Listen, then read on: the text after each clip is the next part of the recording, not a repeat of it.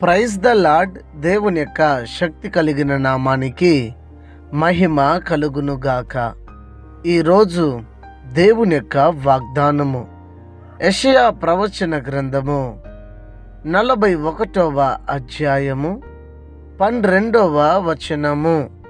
నీతో కలహించు వారిని నీవు వెతుకుదువు గాని వారిని కనుగొనలేకపోవుదువు. నీతో యుద్ధము చేయువారు మాయమైపోవుదురు, అభావులవుదురు అని ఇక్కడ రాయబడి ఉంటున్నది.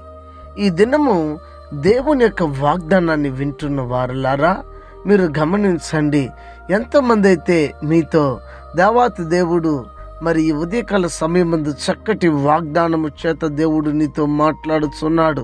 ఇది వరకు నీతో కలహించిన వారు, నీతో యుద్ధం చేసిన వారు, నీతో గొడవ పెట్టుకున్న వారు, నిన్ను అవమానపరిచిన వారు, దుఃఖపరిచిన వారు, ఇక మీదట వారు నీ ఎదుట నిలబడలేకుండా పోబోతున్నారు. కారణం ఏంటంటే నీ దేవుడైన యెహోవా నీ పక్షమున నిలబడి నీతో కలహించే వారితోనూ, నీతో యుద్ధం చేసేవారితోనూ, నీతో మరి వ్యతిరేకంగా నడుచుకున్న వారు, నిన్ను నిందించిన వారు, నిన్ను అవమానపరిచిన వారు, ప్రతి వారు కూడా సిగ్గుపడి వెనక మరలుబోతున్నారు. గనుక ప్రియులారా, మీరు గమనించండి.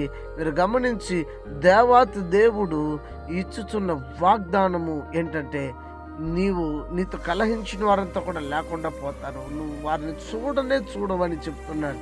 కనుక దేవాతి దేవుడు మనమంటే ఎంత ప్రేమ, విశేషించి నువ్వంటే ఎంత ప్రేమ దేవునికి. గనుక నిన్ను ప్రేమించుచున్న దేవుడు నీవు వేదన పడడం, బాధపడడం, నలిగిపోవడం దేవునికి ఇష్టం లేదు. గనుక శత్రువులన్నిటినీ కూడా మరి తరిమి కొట్టి, వారు ఒక దారిన వచ్చినా వారు 7 దారుల గుండా తిరిగి వెళ్ళేటట్లుగా దేవుడు చేయబోతున్నాడు.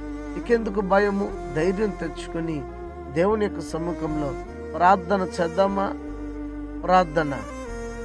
పరిశుద్ధుడా, ప్రేమ స్వరూపి, నీ ఘనమగు నామమునకే స్తోత్రాలు.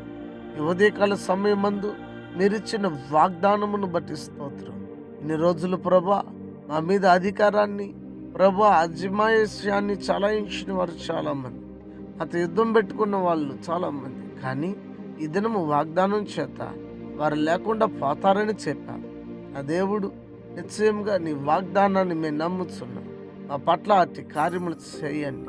అనారోగ్యం చేత ఉన్నవారికి ఆరోగ్యాన్ని దయచేయండి. ఆర్థిక ఇబ్బందులు ఉన్న వారికి విడుదలను దయచేయండి. రక్షణ లేని వారికి రక్షణ ఇచ్చి ప్రతి వారిని కూడా నీ రాకడ కోసం సిద్ధపరచమని క్రీస్తు పేరిట ఈ ప్రార్థన సమర్పించి అడిగి వేడుకొని ఉన్నాము తండ్రి. ఆమెన్. God bless you. దేవుడు మిమ్మల్ని దీవించి ఆశీర్వదించును గాక. ఆమెన్.